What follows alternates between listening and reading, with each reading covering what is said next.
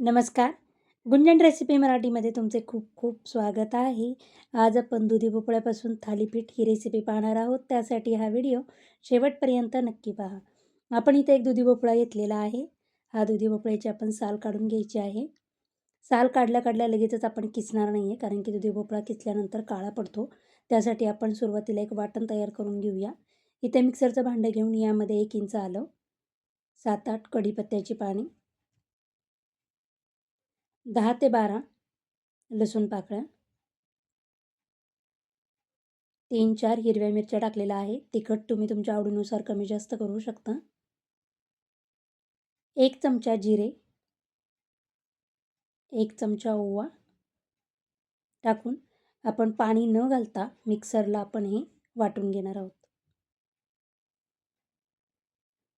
मस्त असं आपलं हे वाटण तयार झालेलं आहे. आता आपण एक परात घेऊया.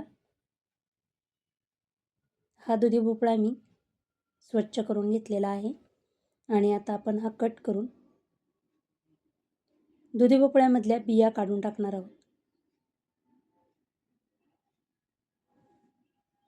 बियांचा असलेला भाग काढून टाकूया.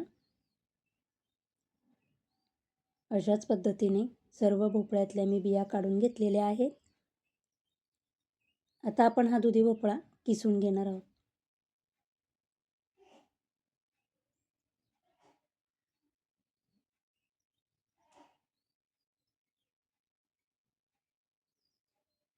तुम्हाला जर माझे व्हिडिओ आवडत असतील तर प्लीज लाईक, शेअर, सबस्क्राईब करा. तुम्ही बघू शकता अशाच पद्धतीने मी सर्व दुधी भोपळा किसून घेणार आहे. आता दुधी भोपळा किसल्यानंतर लगेचच आपण ह्याच्यामध्ये 1 वाटी गव्हाचं पीठ,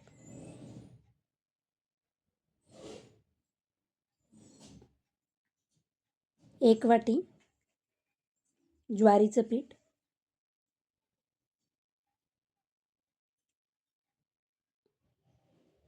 भरपूर सारी कोथिंबीर आपण इथं बारीक कट करून घेतलेली आहे आणि जे आपण हिरव्या मिरचीचं वाटण तयार केलेलं होतं ते मी या पिठामध्ये टाकून घेणार आहे. त्यामध्येच पाव चमचा हळद,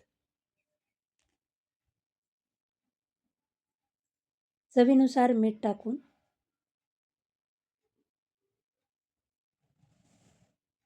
यामध्ये आपण 1 चमचा पांढरे तीळ टाकून घेऊया. अर्धा चमचा गरम मसाला टाकून सुरुवातीला आपण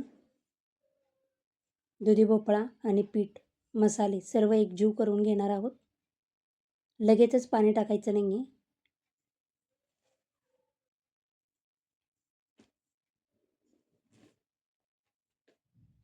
सर्व व्यवस्थित मिक्स झाल्यानंतर आपण थोडं थोडं पाणी टाकून हे पीठ मळून घेणार आहोत.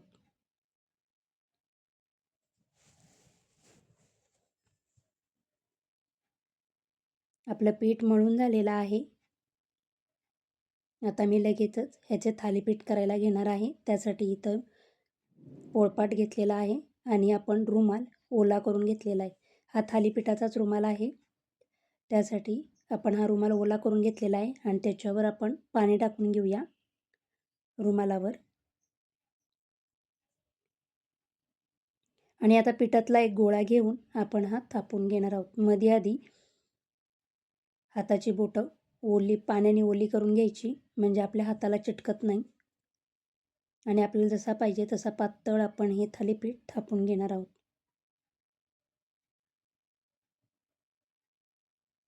थालीपीठ थापल्यानंतर मी ह्याला होल करून घेते.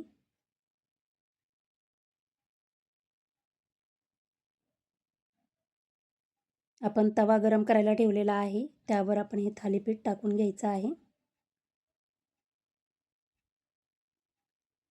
थालीपीठ टाकल्यानंतर 1 मिनिटांनी आपण इथं कढईने तेल सोडून घेऊया.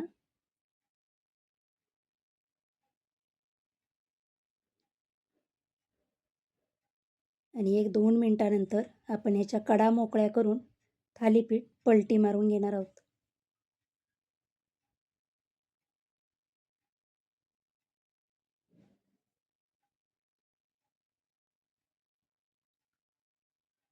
दोन्ही बाजूनी छान असं खरपूस हे थालीपीठ भाजलं गेलं की आपण काढून घेऊया.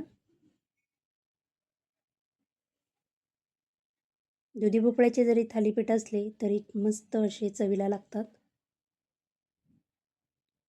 मी थोडं थालीपीठाच्या किनारी दाबून भाजलेले आहेत. मस्त असं आपलं हे दुधी भोपळ्याचं थालीपीठ तयार झालेलं आहे.